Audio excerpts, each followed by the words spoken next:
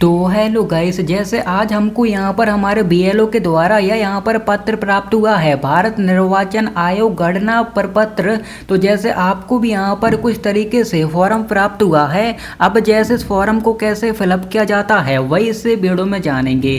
तो जैसे आज हमको यहाँ पर हमारे बीएलओ के द्वारा या यहाँ पर पत्र प्राप्त हुआ है। अगर आपको भी प्राप्त नहीं हुआ है तो जल्द प्राप्त हो जाएगा। तो अब जैसे हमको यह पत्र प्राप्त हो जाता है भारत निर्वाचन आयोग का, तो हमको यह फॉर्म कैसे फिलअप करना होता है वही इस वीडियो में जानेंगे। ओके, तो आपको क्या करना है, जैसे आपका नेम, वोटर आईडी कार्ड का नंबर, आपका एड्रेस, जो भी डिटेल होगा वह सभी पहले से यहाँ पर देखने को मिल जाता है। आपका फ़ोटो भी देखने को मिल जाता है, आपके बीएलओ के नेम और मोबाइल नंबर भी देखने को मिल जाता है। लेकिन अब इसमें हमको कुछ डिटेल फिलअप करना होता है, यानी फॉर्म को फिलअप करके कंप्लीट करना होता है, उसके बाद जमा करना होता है। तो अब इसको फिलअप करने के लिए हमको क्या करना है, सबसे पहले वर्तमान फ़ोटो चिपकाएं। तो आपको यहाँ पर अपने को फ़ोटो लगाना होगा। ओके, तो आप यहाँ पर अपने को फ़ोटो चिपका देंगे।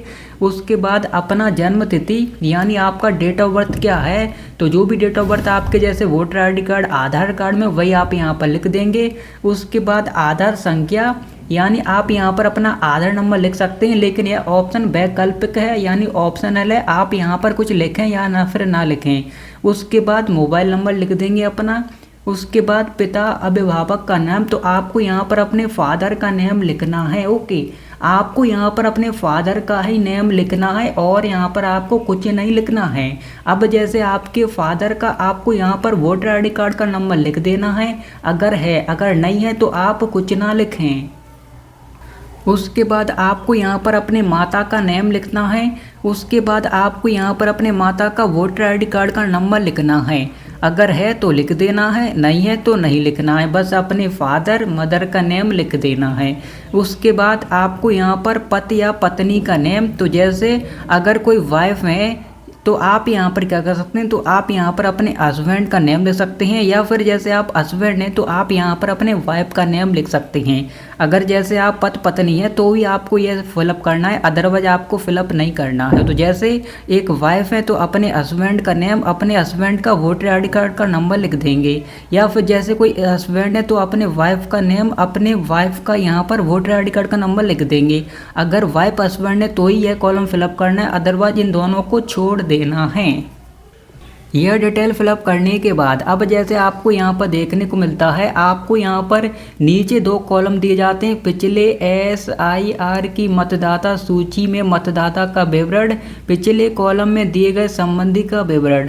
अब दोनों आपको सेम देखने को मिलेंगे। अब इसमें बहुत सा कन्फ्यूजन रहता है, तो कौन सा डिटेल फिलअप करना है। तो जैसे 2002 में आपका यहाँ पर वोटर लिस्ट में नेम था तो आपको यह वाला कॉलम फिलअप करना है। अब जैसे 2002 में आपका यहाँ पर वोटर लिस्ट में नेम नहीं था तो आपको यह वाला कॉलम फिलअप करना है।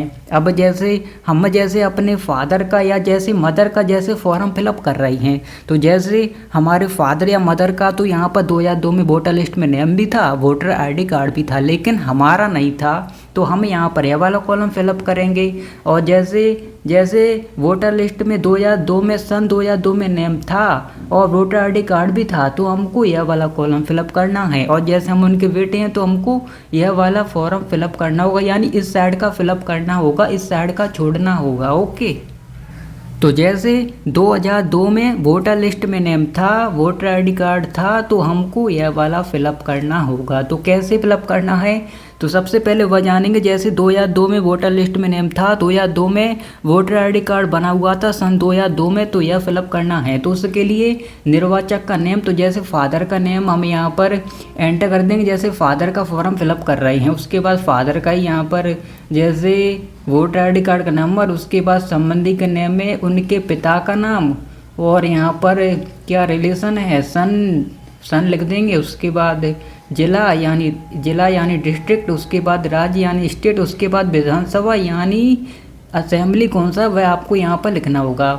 उसके बाद जैसे हमारा जैसे 2002 में वोटर कार्ड बना ही नहीं था, ना ही नेम था, हम जैसे उनके बेटे हैं, तो हमको इस साइड का फिलअप करना। और फॉर्म भी यहाँ पर अलग अलग दिए जाएंगे। ओके, हमारे पास अलग अलग फॉर्म है। तो जैसे आप जैसे फादर का भरेंगे तो आपको यह वाला भरना है, जैसे आप अपना भर रहे हैं तो आपको यह वाला भरना है, यह वाला कॉलम यह वाला छोड़ देना है।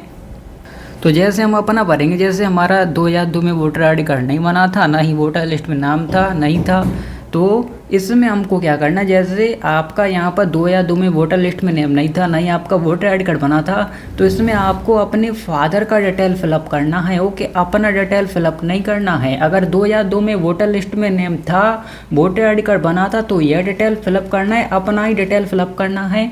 अब जैसे 2002 में वोटर लिस्ट में नेम नहीं था, ना ही वोटर आई डी कार्ड बना था, तो इसमें अपने फादर का डिटेल फिलअप करना है। जैसे यहाँ पर सिंपल तरीके से लिखा हुआ है, जैसे आप अच्छे से पढ़ सकते हैं। तो यहाँ पर अपने फादर का नेम, अपने फादर का वोटर आई डी कार्ड का नंबर, उसके बाद यहाँ पर संबंधी का नेम, उसके बाद संबंध।